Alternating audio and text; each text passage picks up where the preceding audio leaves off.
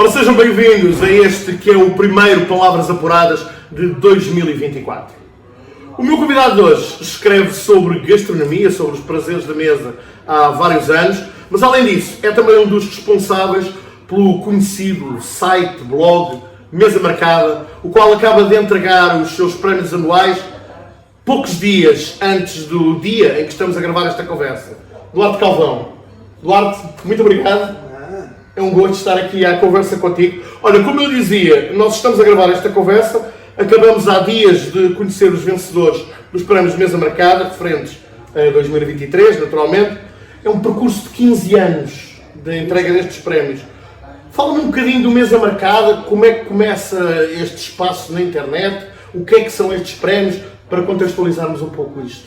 Então, eu fui jornalista há muitos anos e tive, sobretudo, ali entre 99 e 2009, no Diário de Notícias, uma página chamada Boa Vida, que era não só sobre gastronomia, vinhos, lojas de especialidade, hotéis, viagens, aquilo que hoje em dia chamaria um lifestyle, nós chamávamos Boa Vida, era o nome da página, uma página diária.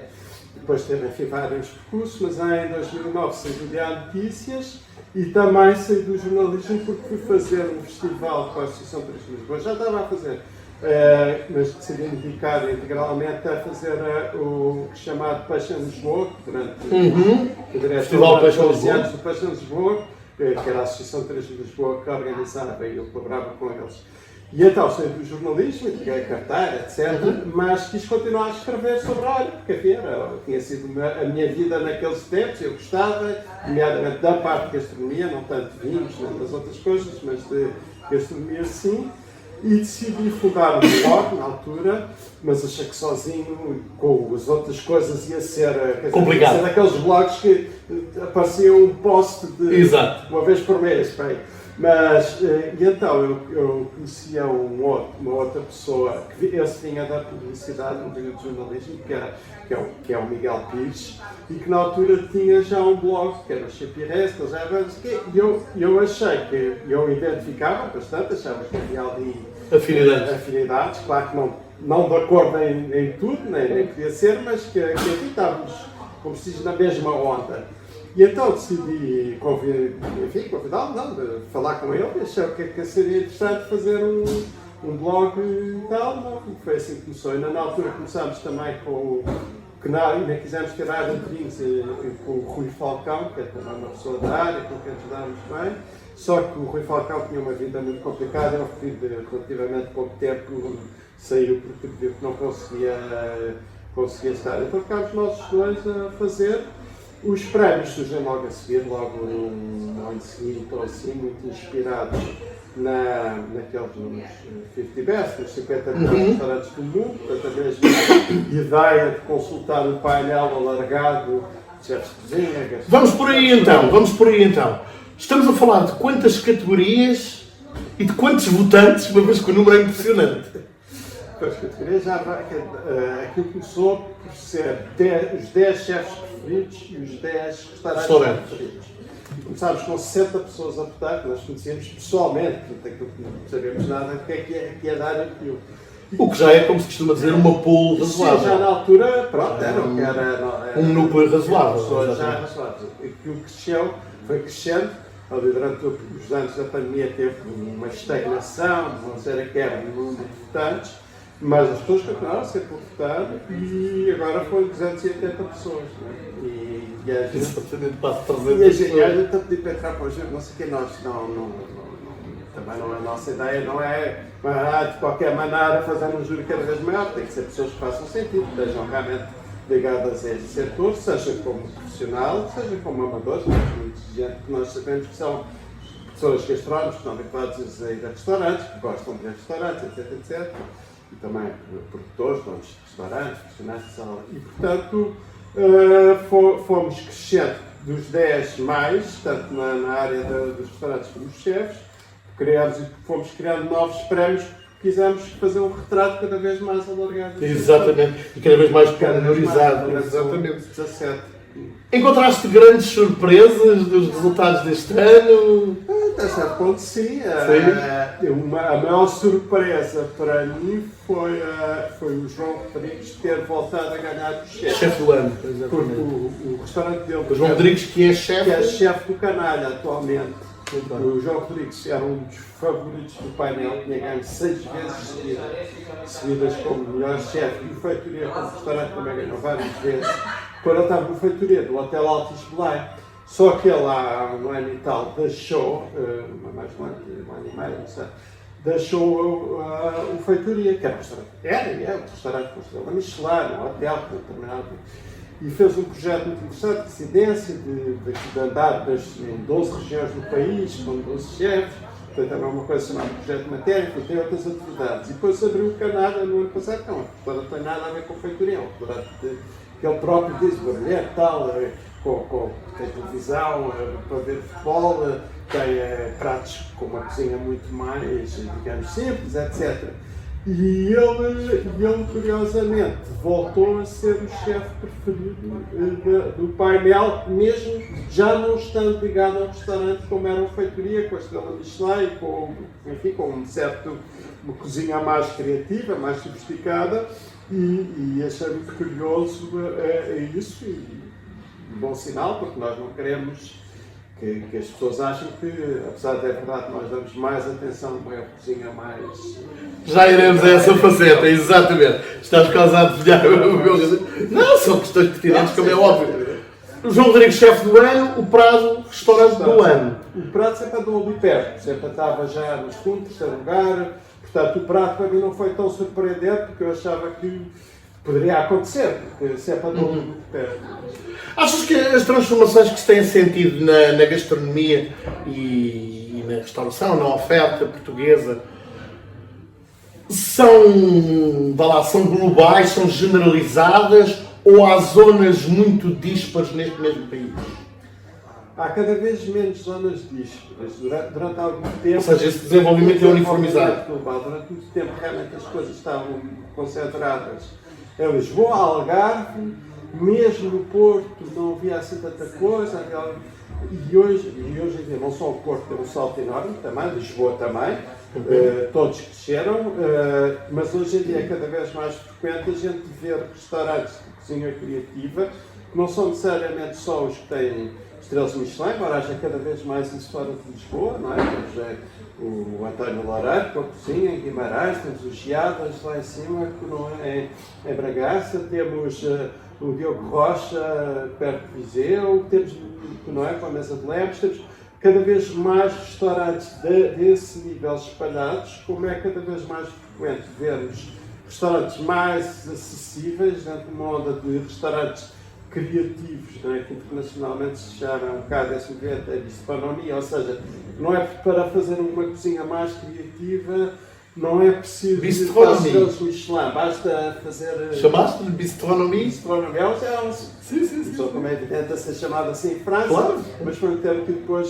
se coisa que é a ideia de restaurantes acessíveis, mas criativos. Então hoje em dia vimos isso já muitas vezes com chefes novos que tiveram percursos interessantes de saírem logo, que era uma coisa que não acontecia antigamente, saem das escolas de hotelaria e vão trabalhar, não estou a exagerar, vão trabalhar nos melhores restaurantes do mundo, mas nos Estados Unidos, na Escandinávia, em Espanha, em França, no Oriente, e têm experiências e depois voltam a Portugal. Muitas vezes, quando voltam a Portugal e querem ter o seu restaurante, já vão muitas vezes para as suas terras de origem ou da origem da família. Então, ajudam de alguma forma a dinamizar. E eles estão cada vez mais, a gente vai encontrar coisas muito engraçadas espalhadas em Santarém, em Estremoz, em Évora, por exemplo, lá para cima também, noutros lugares. Eu acho isso muito interessante, esse movimento,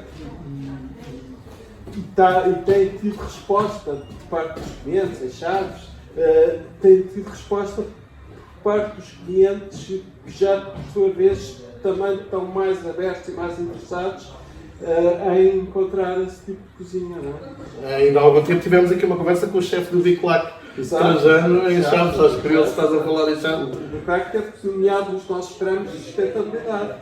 Tivemos aqui há uns meses uma conversa. De Clark Trajano. Exatamente. Indo um pouco ao encontro daquilo que falavas há pouco, nesta seleção dos 10 restaurantes e 10 chefes, que não são necessariamente coincidentes, o que é bom, encontramos mais exemplos de cozinha dita contemporânea ou daquilo que poderíamos chamar uma cozinha mais tradicional? Claramente contemporânea. Nós não damos nenhuma indicação a quem vota. Exato. As pessoas votam no que quiserem. E no entanto, há de facto essa tendência para a cozinha. Se calhar tem a ver um bocadinho. Nós, de facto, com as nossas histórias, eu como jornalista, e digo isso sem problemas, tem a ver com aquela fase, eu achava na altura que essa cozinha em Portugal estava não só pouco desenvolvida, como era pouco tratada. Essa é contemporânea? A contemporânea. Sim. Quando eu começo na segunda metade dos anos 90 e tal, havia 2 ou 3 chefes, era o Vitor Sobral, era o Miguel Castro Silva lá em cima do Porto, era um que já depois de Portugal, mas que era português, filho de imigrantes em França, que tinha feito a escola em França, que era o Joaquim Figueiredo, campeão do Guia de Sapato, todas várias coisas. E pouco mais, depois havia os estrangeiros cá radicados, que foram muito importantes, pessoas como o Emé Barroyer e os lá debaixo do Algarve, etc. Mas a verdade é que eram muito poucos. E eu achei que não fazia sentido nenhum essa área que em Espanha, aqui ao lado, estava-se a viver aquela revolução da chamada vanguarda espanhola hoje em dia, com o Ferran Adrià, com os Roca, com o Kiko da Costa, com essas... O Adrià foi marcante, foi marcante. Disruptivo E completamente. aqui em Portugal a gente parecia que não ia sair. Eu realmente, como jornalista, dei muito mais atenção a essa cozinha contemporânea, porque já havia muito mais gente a dar atenção à cozinha... Mas lá está, tu quando enumeravas, quando tu enumeravas esses nomes, eu estava a pensar, mas tínhamos nomes fortíssimos da dita tradicional, estou-me a lembrar obviamente da Maria de Lourdes Modesto, do Chefe Silva, etc. Sim. Claramente, temos. Eu acho que a cozinha tradicional, ao contrário do que às vezes a gente dizem, quer dizer, a cozinha tradicional portuguesa, os portugueses gostam imenso dessa cozinha, as pessoas que nos visitam, os estrangeiros, gostam dessa cozinha, é uma cozinha boa, fácil de gostar, não corre o menor risco. Tem os restaurantes que apostam nisso, há pouco estávamos a falar do Canalha, o Canalha vai claramente nesse sentido, temos imensos, o Canalha é o restaurante do João Rodrigues, e portanto, na altura, pessoas mesmo, por exemplo, a Maria de Lourdes Modesto, que ela trabalhou nessa página de notícias, tivemos muito contato com ele, era uma pessoa que percebia isso perfeitamente, quer dizer, o facto de haver uma cozinha tradicional boa e forte não impede que haja uma cozinha criativa, assim como uma cozinha criativa não vai. E achas que perguntava-te isto também, e achas que tem havido uma transmissão de saber entre gerações no mundo dos chefes? Entre essa geração mais velha, naturalmente, e que vem de outro tempo, com outros meios, mas necessariamente com conhecimentos mais antigos, tem havido essa... Tal como é outras profissões, não é? Eu acho que tem havido. Eu acho que às vezes a comunicação entre os chefes em Portugal parece-me, assim, tão dentro do meio para dizer, às vezes parece-me que não é tão frequente e tão fluida como é, por exemplo, noutros países, que está claramente em Espanha, onde eles têm muito mais comunicação. Mas, pronto, seja como for, eu acho que tem havido muita questão agora, e já, por exemplo, o Zé Avilés, pelos restaurantes do Zé Avilés, ou do João Rodrigues, tem passado uma série dessas que estão agora nos restaurantes. Eles já são de uma geração, enquanto eles, por sua vez, muitos deles tinham passado pela Fortaleza de Peniche, na altura que eram os chefes franceses, que estavam cá, mas que foram muito importantes, tinham passado pelo Ritz aqui em Lisboa, tinham o Real Visível, que tinha também, do Vitor Sobral também muita gente tinha passado pelos restaurantes do Vitor Sobral, do Fausto Aerópoli também na altura, pela Rica do Sapato. Houve vários restaurantes que alguns já não existem, claro, hotéis também, o Hotel da Lapa também vários passaram por lá, o Sapsou, como lembrar, por exemplo. Havia vários desses que foram restaurantes que passaram alguns que foram à geração seguinte, e essa geração seguinte, estamos a falar do Agadez, do Sapsou, do João Rodrigues, já por sua vez pelos restaurantes deles, já passaram vários que estão agora. Portanto, eu Exato. acho que isto é um movimento que se dá. Que faz sentido em qualquer área profissional e de saber, não é? Olha, quando estava a olhar para esta lista de chefes, uma coisa que obviamente me saltou à vista, digamos assim, nos 10 chefes premiados, encontramos uma mulher. Pois é. Encontramos a Marlene Vieira, que também já tive o prazer de entrevistar nesta série das Palavras Apuradas. A cozinha hoje é dos homens, decididamente? Não sei explicar isso. Não sei explicar. Há coisas que a gente não sabe explicar. Quer dizer, se vamos para a chamada cozinha tradicional, não só em Portugal, como praticamente em todos os países europeus e tal, é uma cozinha onde as mulheres, inclusive no mundo dos restaurantes, Lá está, o saber mais eram antigo. mais coisas. Quando vamos para uma cozinha mais criativa, mais contemporânea, realmente o número de mulheres, mas não é só em Portugal, é em todo lado. O número de mulheres chefes que já foi menor, eu acho que apesar de tudo está a haver uma evolução positiva nessa área. Mas, de facto, continua Tal como a durante ser... muitos anos descansões, desculpa interromper, tal como durante muitos anos descansões, não é? Mas no mundo do vinho não tem nada a ver. No mundo do vinho houve uma presença cada vez Mas também mais, durante muitos anos, o vinho era não é? exatamente. Inclusive não só na sala, ou seja, como descansão, Exato. descansais, como parece que se pode dizer, como também na enologia. Sim, enólogas sim, que há sim, hoje sim. em dia, não Exatamente. se há tantas enólogas como enólogos homens. E achas que isso poderá estar a chegar também sim, à parte da comida? não sei dizer, porque eu acho que há países que já há tanto tempo que têm, digamos, essa cozinha desenvolvida e que continuam a haver poucas mulheres, quando comparada com o número de homens, eu não sei porquê. Há várias explicações, que eu acho que não fazem muito sentido. Estamos no século XXI, portanto, todo este movimento das mulheres é uma coisa que já durante anos em certos países, claramente. Acho que já dentro dos clientes não há ninguém que diga que não vá a um restaurante porque o chefe é uma mulher, porque não faz sentido nenhum. Realmente o mundo das cozinhas era um mundo bastante mais agressivo e violento durante muito tempo. Acho que também já há muitos anos que há, não digo em todos os restaurantes, alguns continuarão a ter e continuam a haver maus exemplos nessa área. Mas apesar de tudo, acho que também evoluiu muito, portanto já não há esse lado mais violento que havia nas cozinhas e que era realmente muito de homens, etc. Estamos a falar da cozinha profissional, clássica da brigada, do chefe, não sei o quê, que aquilo tem uma organização quase militar e tal. Portanto, olha, não sei explicar, espero que haja cada vez mais, espero que haja cada vez mais pessoas nessa área, mas não sei dar uma explicação. Olha, falamos aqui de um outro aspecto. Portanto, tu formaste em comunicação social, passaste por diversos jornais, diversas revistas.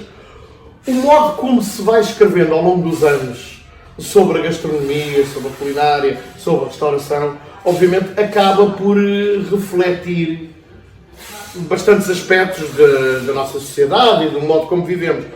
Eu, por exemplo, o ano passado saiu um livro muito interessante que se chama A Melga no Prato, que é um livro que aborda a escrita do Luís Gestão Monteiro sobre a restauração. Estou-me a lembrar, obviamente, do José Quitério, que também marcou, de alguma forma, uma maneira muito própria, não é, de fazer esta atividade. O Alfredo Hervias, do Independente. O David Lopes Ramos. O David Lopes Ramos, o José Matos Cristóvão, poderíamos ir a vários nomes, mas o que eu te queria perguntar é o que é que se foi ganhando e perdendo ao longo dos últimos anos na forma de escrever sobre gastronomia e restauração? Estou-me a lembrar do Ricardo Dias Fellner, também já tivemos a conversa dos contemporâneos. Exato, eu acho que assim, quando eu comecei nessa fase, esse Natal dos anos 90, o José Quitério era a grande figura, o David Lopes Ramos no público também era uma figura muito importante, e foi muito importante. O Alfredo Hervias, já havia alguma coisa, mas apesar de tudo havia boa crítica. Havia pouco jornalismo, ou seja, a parte havia pouca gente a fazer. Foi onde eu Certo. a crítica 5 ou 6 anos depois, ou mais até, mesmo depois trabalhava só me atrevia a dar opiniões ao fim de uns anos bons de como é natural. estar no meio. Como é natural. Mas nem Todos sempre é começamos a natural. fazer notícias E só depois ninguém começa a fazer crónicas. Só hoje em dia começa. Pois, e depois dá o que dá. Mas hoje em dia acho que na altura a crítica era muito diferente. E eram pessoas realmente personalidades, tinham uns estilos próprios e tal. Acho muita graça onde está montando esse livro da Fátima. É uma delícia. É uma delícia. Ela pediu-me até para eu fazer a apresentação aqui em Lisboa. A abordagem que eles fazem, por exemplo, à campanha para a promoção do peixe congelado em Portugal e o que é que isso implicava, até do ponto de vista ideológico, é brilhante, é absolutamente brilhante. E é muito curioso que ele analisava uma coisa que eu fiquei a pensar, se fosse hoje em dia, seria terrível. Ele analisava os restaurantes pelos clientes. Sim. Ele escrevia, ele desancava os clientes, esta pequena burguesia lisboeta que julga que não se... Porque havia um olhar sociológico em tudo aquilo, atenção, exato. É muito curioso, hoje em dia acho que praticamente ninguém faz isso, só se faz isso é de passagem. Ele praticamente ocupava algumas crónicas, era a falar dos clientes e dos gostos dos clientes. Porque ele dizia que esses gostos implicavam depois a carta. A carta, exatamente. O Quitério já tem outro estilo completamente claro. diferente, o David Ramos também.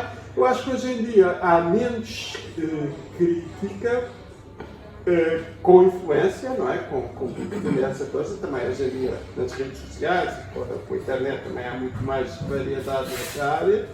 O que há é muito melhor jornalistas, quase todos os jornais, televisões. Mas muito melhor por estarem mais preparados tecnicamente ou muito melhor pelo carisma desses escribas? Porque passou a ser uma área onde bons jornalistas estão. Alexandre Prado Coelho no Público, Edgardo Pacheco, Cláudia Lima Carvalho na Time Out,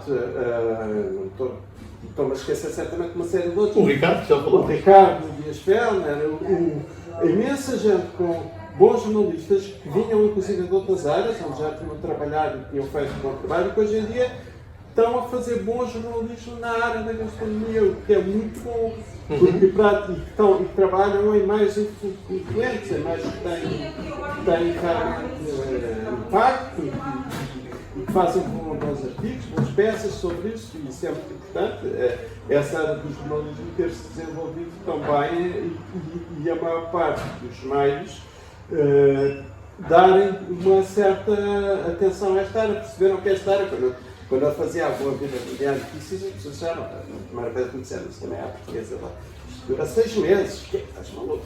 Restaurantes com não sei o quê, isto, a malta quer saber é das tascas, que vai ser feito os chefes e não sei o quê, isso estamos em Portugal, isso não é lá. Que há muita gente que hoje diz que é o que falta de facto. Pois, mas é assim, as coisas depois em Portugal é assim, tu passas, não é impossível, não vai dar certo, para depois quando dá certo, todos vão fazer igual a mesma coisa. E é assim, quer dizer, passas de 8 para 80 e de facto hoje em dia, felizmente, toda essa área não há nenhum jornal, não há nenhuma, mesmo nas televisões, mesmo nas rádios, etc. E tal, já para não falar de todo o mundo da internet, está cheio de oferta nessa área e alguma com muito boa qualidade. Aqui há uns anos nós estávamos a falar do José Quitério. Eu tenho uma história deliciosa. Estava com uns amigos num restaurante em Benfica e estava a decorrer o concurso de Lisboa à mesa. E nunca mais me esqueço, estávamos a comer pica no chão com arroz de couve. E há um do grupo, na outra ponta da mesa onde eu estava, que a dada altura vira-se para o empregado e discretamente começa a convencê-lo que eu sou filho do José Quitério. E eu dei-me conta e não me desmanchei. E o coitado do homem passou o resto da refeição a vir ao meu lado 10 a 10 minutos. Então, como é que está? Exatamente. Então, como é que está? Então, está bom, está a gostar? Sim, está mais ou menos. Mas veja lá, eu ia perdendo salvadamente. E aquilo resultou, foi uma coisa absolutamente espantosa. E isso esta piada também para te perguntar, qual é que é o peso hoje de uma crítica gastronómica? Pois é isso, tem a ver com o que estava a dizer antes, acho que a gente é muito melhor do que era nessa época. Mas acho que tem dado, eu acho que uma só crítica, seja ela positiva ou negativa, não afeta tanto os restaurantes como antigamente. A não ser que seja uma coisa muito, sei lá, nomeadamente na parte negativa, mas mesmo isso não. Agora, às vezes isso cria, se há um conjunto de críticas, de avaliações, isso pode afetar sobretudo nos novos restaurantes. Os restaurantes novos que estão a começar, que as pessoas têm uma expectativa e que de repente começa toda a gente a dizer mal ou começa toda a gente a dizer bem, aí eu acho que afeta. Uma só tem que ser uma coisa muito excepcional. Normalmente acho que não tem já essa influência, que na altura tinha mais. Estávamos aí a falar das diferentes tipologias de restaurantes. Tu deste agora uma entrevista ao Observador e a propósito da fidelização dos clientes, dizias uma coisa gira. Experimente ir ao Gambrinhos ou ao Solado dos Presuntos. Claro que a maior parte vão ser estrangeiros, mas vê-se sessões a serem tratados por menino. Como é que se capta o cidadão comum para a crítica gastronómica? Eu fiquei a pensar nisto porque, repara, tu vais logo buscar o Gambrinhos, o Solado dos Presuntos. Ora, naturalmente, o cidadão comum passa a expressão. Pronto, mas no fundo é o mesmo mercado. E percebes a atitude. Mas é geralmente o que acontece, não é? Não poderia acontecer, por exemplo, nesta resposta, ir-se buscar um restaurante banal, trivial. Porque o cidadão comum, ao ler uma coisa destas, o que pensa imediatamente é: claro que isto não é para mim. Não sei, eu não fui eu que dei. Percebes? Sim, mas eu percebo assim. Não se corre o risco da crítica funcionar em circuito fechado em vez de captar outras pessoas? Não, porque eu acho que aí a questão não foi tanto a acessibilidade do restaurante. Claro, o exemplo era a questão da assiduidade do restaurante. Não é? Estamos a falar mais com a questão de tratar de menino. Claro. Porque é alguém que já vai mas lá. Mas a verdade é que os exemplos que se vão buscar são de restaurantes. Sim, mas tu podes encontrar isso no restaurante. Pois podes, mas não é o exemplo que não fui eu que fui buscar esses exemplos por acaso, mas de qualquer maneira acho que aqui a ideia foi ir buscar restaurantes que nos ocorreram, até porque concorreram a um prémio nós damos, que sempre é o restaurante clássico do ano, que este ano ganhou o Fiat de Évora. Eu acho que teve mais a ver com isso. Mas não faria sentido na crítica regular, digamos assim, falar também de restaurantes, e às vezes há quem o faça, mais anónimos, digamos assim, sim, diversificar, se quiser. É assim, há restaurantes de todos os tipos, e é tal momento o restaurante que eu estava a falar Exato. Quer dizer, é precisamente isso, quer dizer, não é preciso gastar uma fortuna para ir a restaurantes para ter uma refeição, já se consegue, mesmo para quem procura uma cozinha mais criativa, já há restaurantes extremamente acessíveis. Agora, há uma coisa que eu também acho que, independentemente dessa parte, quer dizer, as pessoas têm que perceber uma coisa: um restaurante que está localizado em determinadas zonas de Lisboa, Porto, ou até de outras cidades, cada vez mais, com as rendas que paga hoje em dia, com a renda que paga, ou então se comprou espaço com investimento, claro. Que até um certo ambiente, que trabalha com bons produtos, que trabalha, paga ordenados corretos, seguranças sociais, impostos, licenças, etc., ele vai recuperar todo esse dinheiro e ainda ganhar algum dinheiro para ele no prato. Ou seja, não vai não dizer: eu comi aqui comi aqui assim um robalo que eu vi que só custava, mas não sei o quê, que custava não sei quanto no mercado e aqui custa não sei o quê. As pessoas têm que pensar que naquele filete de robalo ou de flor, está tudo. Está a renda, está os ordenados, está a segurança social, está não sei o quê. Portanto, a ideia, durante muito tempo os restaurantes em Portugal eram muito baratos, os localizados nas grandes cidades. Porquê? Porque as rendas eram baixas. Okay. Porque muitas vezes não pagavam a segurança social, faziam-se impostos, etc. Portanto, permitia certos preços. A partir do momento que isso é claro que eu, como cliente, tomara eu que todos os restaurantes fossem acessíveis e baratos, não tenho isso. Agora, eu acho que às vezes em Portugal a gente ainda vive afetado por esse mundo que acabou, e eu acho que felizmente que acabou, porque isso implicava prédios a cair porque as rendas não davam para pagar obras, implicava muitas vezes pessoas que fora do trabalho clandestino não pagavam segurança social, pagavam maus ordenados e continua-se a pagar.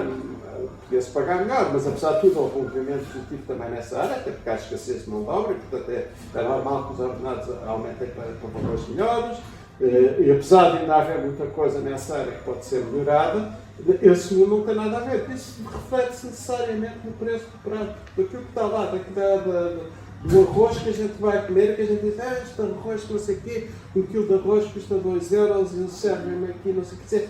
Não é assim que se faz a comparação, não é? Tem que se perceber em que lugar da cidade que está, isso é internacional. Uma pessoa pode entrar num restaurante banal no centro de Londres ou de Paris e de repente ver aqueles preços e não percebe, e basta pensar quanto é que esta gente está a gastar só para estar aqui neste lugar, nesta rua, nesta coisa. Portanto, e mais. Há uma causa e efeito. Exatamente, portanto, tem que perceber que no prato estão esses fatores todos. Responsabilidade que tu depositaste no revolta. Vale qualquer outra coisa. Isto de escrever sobre o estar à mesa tem muito que se lhe diga. Há uma outra passagem dessa entrevista muito curiosa. Temos muitas solicitações, mesmo quando se recuse 80% delas. Quando era solteiro, tinha 2 malas preparadas em casa. Não sou eu. É o Miguel. É o Miguel. Mas é muito curioso porque exemplifica bem. E não é o caso concreto, é uma questão de ambiente quase. Uma para um lugar quente e outra para o frio. Fazia parte. E se eu quisesse, ainda hoje, haveria viagens dessas para fazer no circuito. É daquelas em que se sai de um almoço para um jantar, mesmo só a nível nacional, há excesso de gordura, álcool, açúcar, enfim. E depois lembro. Nesta área assisti a imensos casos de pessoas que não tiveram cuidado e até morreram. Isso foi eu. Exatamente. Com o passar do tempo, procuro poupar-me. Como é que se articula uma vida a visitar restaurantes, experimentar comidas, com a necessidade de salvaguardar a saúde? Falámos aqui do David Lopes Ramos, falámos aqui do José Matos Cristóvão, que morreu bastante novo. O Helder Pinho. O Helder Pinho. Eu trabalhei ainda com o Helder Pinho na capital. O Dom Pipas, o célebre Dom Pipas. O próprio Alfredo Avias também. Darei a parte também do vinho que ele fazia. Há imensos casos. Exatamente. E os que não. Portanto, isto é uma outra faceta. É uma faceta, quer dizer, é as pessoas. Uma outra parte da história. O que eu procuro dizer é que realmente eu preciso de entusiasmo de estar à mesa. Portanto, quando eu vou a um restaurante, eu não tenho grande cuidado. Quer dizer, sobretudo, eu vou muito a restaurantes mais de cozinha contemporânea, não é muito como haver menus de degustação. E os menus de degustação é uma sucessão de pequenas quantidades, pequenos pratos. Fora um caso ou outro, às vezes. São as pips, a ideia é. Ou seja, não dá para fazer, como só metade. Não, se tiver só comer metade, aquele prato não faz sentido. Quer dizer, não tenho que comer todo. Antes, eu gosto, eu quando vou para a mesa procuro ter um certo entusiasmo. O que é que acontece? Noutros restaurantes já não é assim, restaurantes mais de cozinha tradicional é mais fácil fazer esse equilíbrio. Tem que compensar isso, não fazendo isso permanentemente à hora do almoço e à hora do jantar. É evidente que se tem um almoço desse o meu jantar não vai existir, se for um jantar já procure então. E compensar isso com em casa, não fazendo procurando ter uma dieta, digamos assim, não passar fome, evitando certas coisas. Já há muitos anos que pelo menos passo um dia sem beber álcool, pelo menos um dia na semana, já me apetece segunda-feira, mas quando posso até mais que 1, 2, 3, sei que eu gosto muito de beber à noite, gosto muito de jantar e à noite é normal beber sempre vinho, mas procuro sempre beber porque realmente a parte do álcool é uma coisa, e também assisti isso que nos não diz, mas que é uma coisa que nos apanha sem nós darmos por ela. E a verdade é que as relações bebem-se muito. E não sejamos eufemistas. É uma coisa que o álcool, acho que se uma pessoa parece que está sempre ligada ao prazer, à mesa, não sei o quê, depois eu vi alguns casos trágicos de pessoas que depois já não conseguem sair disso, portanto eu procuro sempre, como às vezes eu sei que exagero por causa disso, por causa de gosto, etc. Procuro em certos dias, não. E para mim, pôr a mim mesmo, uma coisa, para mostrar que realmente posso ficar sem beber, já de vez em quando faço, uma semana, em certas alturas, nas férias, ou uma coisa, posso ficar mais tempo sem beber e tal. E a parte da comida é a mesma coisa, não exagerar. Ou seja, isto é quase como um atleta, é preciso ter alguns cuidadinhos. Eu vou ao ginásio também, desde que se nem sempre com a frequência que devia, mas procuro fazer fazer andar a pé. Nem tudo são rosas, não é? Não, pode ser muito perigoso. Exatamente. Olha, eu gostava de falar contigo de um aspecto não tão paralelo como possa parecer, que é, falámos aqui da questão dos ingredientes, dos bons ingredientes, um exemplo muito concreto para que percebas. Tem-se falado imenso, toda a gente fala do aumento do preço do azeite.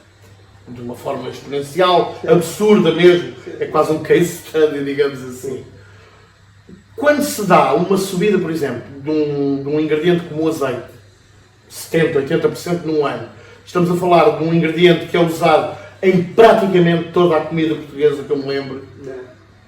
O que é que isso reflete Pois, já estás a perceber, não é? Sim, No resultado final, vamos sintetizar.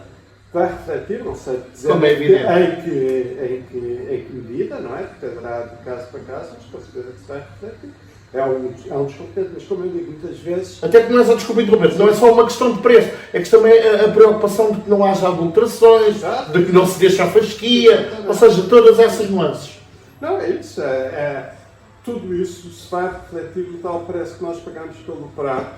Embora o azeite até acho que fora um prato ou outro é uma coisa muito marginal, não acredito que tenha um grande impacto. Terá mais impacto outros aumentos, não é? Por exemplo, o peixe, não é? O peixe está cada vez mais difícil de encontrar o bom peixe. Aqueles que trabalham com peixes de mar e tal, há certas coisas que realmente não podem ser baratas, não é? Não sei, vamos para a aquacultura e depois mesmo dentro da aquacultura há peixes bons e há aquacultura boa e há aquacultura má. Portanto, todos esses fatores refletem-se necessariamente. O azeite, eu acho que o azeite especificamente era muito barato em Portugal. Atenção, não é? O azeite extra virgem em Portugal era muito barato. Também lá estávamos mal habituados. Agora parece que houve, não estudei a sério, mas parece que houve uns anos de seca muito grandes e isso afetou muito a produção e coincidiu com o aumento geral que houve da inflação. Mas foi um aumento muito grande. E também com os fatores. E depois estamos a falar de um ingrediente que está omnipresente na cozinha portuguesa, não é? Por amor de Deus. Vamos ver, pode ser que se as coisas melhorarem em termos de clima e também em termos internacionais, com as guerras. Há de ter o cuidado para não descer o fasquia. Claro. Vou trocar este por aquele e de repente o prato é que se sente, digamos assim. Sem dúvida. Não, isso tem que ser do lado da produção. Eu acho que nós temos produtores muito conscientes disso. Exato. E portanto, eu acho que se eles estão a aumentar os preços é porque realmente. Mas há que pensar nisso também. Quem decide, quem tutela, quem gera contas a nível macro, tem que terem atenção também às consequências de certas medidas. Assim, eu não sei, eu sou muito contra controles de preços e coisas. Agora, o que eu acho que pode haver é se a coisa se agravar demasiado, e não é só no azeite, tem várias outras coisas. É melhor apoiar quem precisa de ser ajudado do que estar a controlar preços. Exatamente. Olha, inegável também é o crescimento do tão falado turismo, não é? Por todo o lado, ou talvez não, porque ele está muito concentrado em certas zonas de Lisboa. Como é que tu achas que isto tem influenciado a restauração? E dividiria a pergunta em dois aspectos. Por um lado, como é que tem influenciado a transformação da restauração e, por outro lado, este aspecto que eu falava. Em Lisboa, nós estamos a gravar em Lisboa, é um turista por cada meio metro quadrado, mas há determinadas zonas do Alentejo ou atrás dos montes em que a coisa não é bem assim. Eu sou muito a favor do turismo. Eu acho que o turismo foi fundamental para a transformação de várias coisas em Lisboa, no Porto, em Coimbra, em Braga. Eu digo turistas e residentes estrangeiros. Mesmo no Alentejo, que é uma cidade como Estremoz, imensos já turistas, outras cidades. O país não é assim tão grande, não é? Não é assim tão grande e começas a ver. Há que ter essa noção cada vez mais. A espalhar, não a ser das áreas normais, que era realmente Lisboa, Algarve, Madeira, etc. E vejo cada vez mais, os Açores têm tido imenso, cada vez mais. Eu acho isso muito positivo, porque tem trazido aos restaurantes um mercado que, se desaparecesse ou se reduzisse bastante, estes restaurantes simplesmente fechavam. Não tenhas dúvidas. Estamos a falar de restaurantes com estrelas, Michelin, chefes conhecidos. Se só tivessem, quando eu lá está, comecei, o mercado, que estavam muito dependentes do mercado português, os restaurantes estavam às moscas, passavam a vida a ter problemas. Os chefes dessa geração, dessa não sei o quê, a ponto deles, alguns deles até um bocado já sem esperança, dizerem que não havia nada a fazer em Portugal para aquele tipo de cozinha e não sei o quê. E hoje em dia os restaurantes têm, se for preciso, 90% ou mais de clientes estrangeiros. O que acontece em todo lado. O que acontece se fores a Paris, aos 3 estrelas Michelin de Paris, vais encontrar também 90% das pessoas não são parisienses, ou são estrangeiros, ou são de outras zonas de França. Quer dizer, isso é normal neste tipo de cozinha. Às vezes as pessoas dizem, os restaurantes já tinham turistas. Mas se a gente for noutros lugares, nos mais afamados restaurantes de vários países da Europa e fora da Europa, também só vai encontrar estrangeiros. Isso não é vergonha nenhuma, é assim mesmo. Mas isso é que possibilita. Porquê? Porque são restaurantes de experiência, são restaurantes que se vai dar uma vez por ano, 2 vezes por ano, não é? Portanto, são restaurantes caros, portanto as pessoas... É normal que os locais vão lá de vez em quando.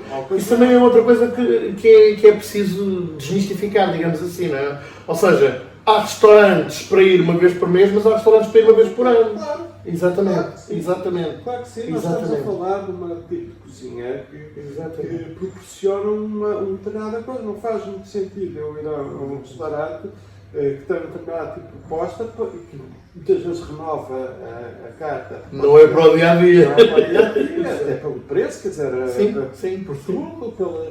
São restaurantes que eu gosto imenso, mas que eu, quando vou lá uma vez por ano, 2 vezes por ano, já é mais que suficiente. Eu e toda a gente, praticamente. Pois o que às vezes acontece é que, levados por outras situações, ou porque alguém também quer ir, por acompanhar alguém, um amigo, ou uma situação, no meu caso, uma situação profissional, etc. Quer dizer, agora, é assim, não é? E é assim que todo mundo nesta cozinha é assim. Não vamos estar com ilusões de que são restaurantes para se ir e não sei o que, quer dizer, claro que não são.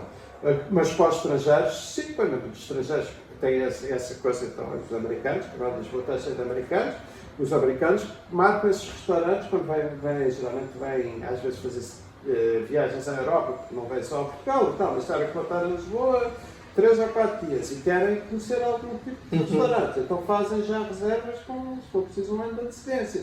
Isso tem sido fantástico para os restaurantes, para viabilizar esses restaurantes, porque senão eles estavam fechados.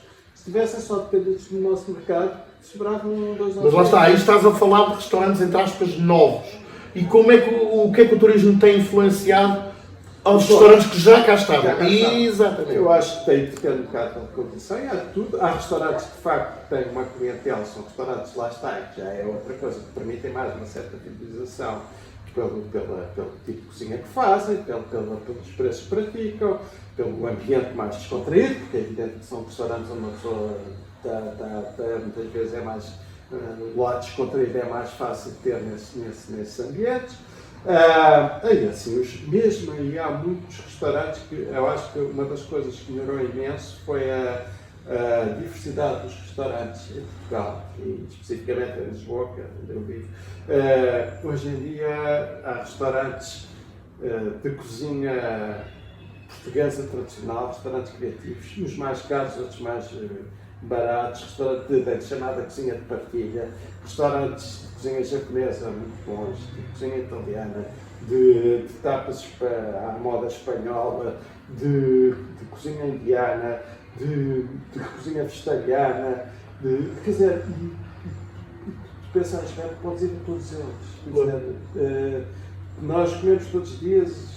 Não é? E esse é o truque. Portanto, quer dizer, se hoje eu digo o mais recente foi difícil às vezes explicar, é que não há uma cozinha contra a outra. Eu posso hoje ir a um restaurante de estrelas Michelin, ter uma cozinha criativa e não sei o que e tal, e amanhã estou a comer uma feijoada ao almoço. Claro que sim. Eu adoro, gosto imenso. Claro que sim. No dia seguinte vou a um restaurante de cozinha japonesa, que também gosto imenso, porque tem peixe. e no dia a seguir vou de novo comer sei lá, um peixe grelhado à beira-mar. Quer dizer, e tudo isso pode ser bom ou pode ser mau, e o eu ir a um tipo de restaurante não tem nada a ver, não me impede de ir aos outros. Se a diversidade faz sentido em tantas coisas, porque é que não fará sentido à mesa? Exatamente.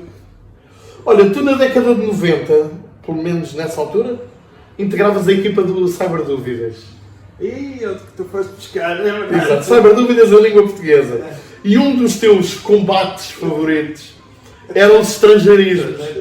E então eu fui encontrar, tu a embirrares, passa a expressão, com o controller, na altura de Torres Campos, o comissário da Expo 98, ou Beach Soccer, que era um dos jogadores júnior de futebol. E na cozinha de hoje, como é que estamos de estrangeirismos? Duarte. Estamos com todo o fine dining. Pois, exatamente. Lembra-me logo disso. Detesto, eu acho que é. Tens aqui um problema. Continua a ter o meu problema. Tens aqui um problema. Eu continuo a procurar, dentro das minhas fracas conhecimentos de língua portuguesa, procurar encontrar termos equivalentes e evitar isso, não faz sentido nenhum. Não é? Acho que nós hoje em dia, em geral, adotamos sem pensar termos estrangeiros, que têm nomeadamente mais até ingleses. Embora franceses, como já percebemos há pouco. Também, nos casos da cozinha também. Mas é assim, há coisas que eu percebo quando há um fenómeno novo, quando há uma coisa nova que chega, que exige um termo internacional. Novas realidades exigem novas terminologias. Agora, há coisas que a gente tem a escola. Agora, para falar, temos uma coisa que é a taça da liga, não é? Tudo quanto é jornal é Final Four, é final a 4. Qual é o problema? Até eu chego lá. Para que é que se usa Final Four? Quer dizer, faz sentido nenhum, com equipas perigosíssimas. Quer dizer, mas é logo de caras. As pessoas nem sequer se dão ao mínimo esforço para arranjar um tempo português. Se a gente for a Espanha já é ao contrário, não é? Agora, eu não sou um radical, acho que marketing tem que se chamar marketing. Não, e um site é um site. Eu irrita-me quando dizem que tenho um sítio na internet. Pois é isso, quer dizer, há coisas... O sítio conheces do pica-pau amarelo e agora... Sem exageros, acho que há coisas... Novas realidades exigem novas terminologias. É verdade, internet. Exatamente. Porque uma coisa nova. E há milhões de exemplos, que eu não sou uma tradução de qualquer maneira. Agora, quando nós temos termos portugueses, já nem vamos para as pessoas que escrevem permanentemente, please, kisses, não sei o quê, kids, não sei o que mais, em qualquer lugar é kids, é o espaço, kids que é crianças, qual é, o que é que custa, não é? O que acham que acontece uma pessoa usar... Antigamente nos restaurantes não se provavam iguarias nem esses pipos. Quando se queria só um bocadinho era um soupçon. Só um bocadinho era um soupçon. Não, mas aí os franceses aí na cozinha realmente foram muito diferentes e em alguns casos nós fomos não, mas achei piada porque embirravas num determinado quadrado e ele vai ter contigo de outra forma. É assim, é o karma. Não uso muitos termos franceses, até porque isso se corresponde a uma época que depois não... Isso era outra conversa. A questão cultural da França e da sua altura era mais importante a cozinha francesa do que é hoje. Tal como a literatura e a música, provavelmente para outros 500. Olha, mesmo para terminarmos a nossa conversa, que apesar de agradável já vai longa, nós estamos a gravar da parte da manhã, praticamente a hora do almoço. Há algum prato que tenhas descoberto em 2023 e que te satisfez hoje? Prato que eu tenha descoberto? Boa pergunta. Assim, de repente, houve com certeza, mas... Os bichos não há nenhum que tenha ficado assim um prato claramente.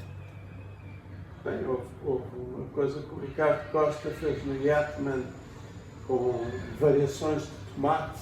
Ok. E tinha tomate em água, tinha tomate em gelatina, tinha tomate em várias coisas que eu achei que era um prato perfeito, simpático, muito fácil de gostar e ao mesmo tempo muito complexo e que estava muito bem feito. Foi assim, toda a experiência do Yatman foi muito boa, não é? Mas Gostei especialmente, talvez, assim, É curioso, de um ano é aquele que te ocorre. Estás a ver? A simplicidade muitas vezes é o mais difícil. Exatamente. Não, mas não é simples, é um prato. Sim, mas variações sobre tomate, parabéns. Não seria o que ocorreria a quem vem de fora. Duarte, foi um gosto, muito obrigado pela tua disponibilidade. Creio que, além de divertido, aprendemos todos alguma coisa. Já sabem, daqui por algum tempo, uma nova conversa das nossas palavras apuradas, estas conversas sobre o prazer da mesa. Hoje, não me posso esquecer de maneira nenhuma de dizer que estamos aqui a gravar na magnífica Livraria Bucols, que também alimenta outros palatos. É de facto um local a visitar e a conhecer, agora remodelada, a nossa saudosa Bucols, com mais de meio século na cidade de Lisboa. Já sabem, daqui por algum tempo dizia-vos mais uma edição das Palavras Apuradas. Até lá, como habitualmente, bom apetite.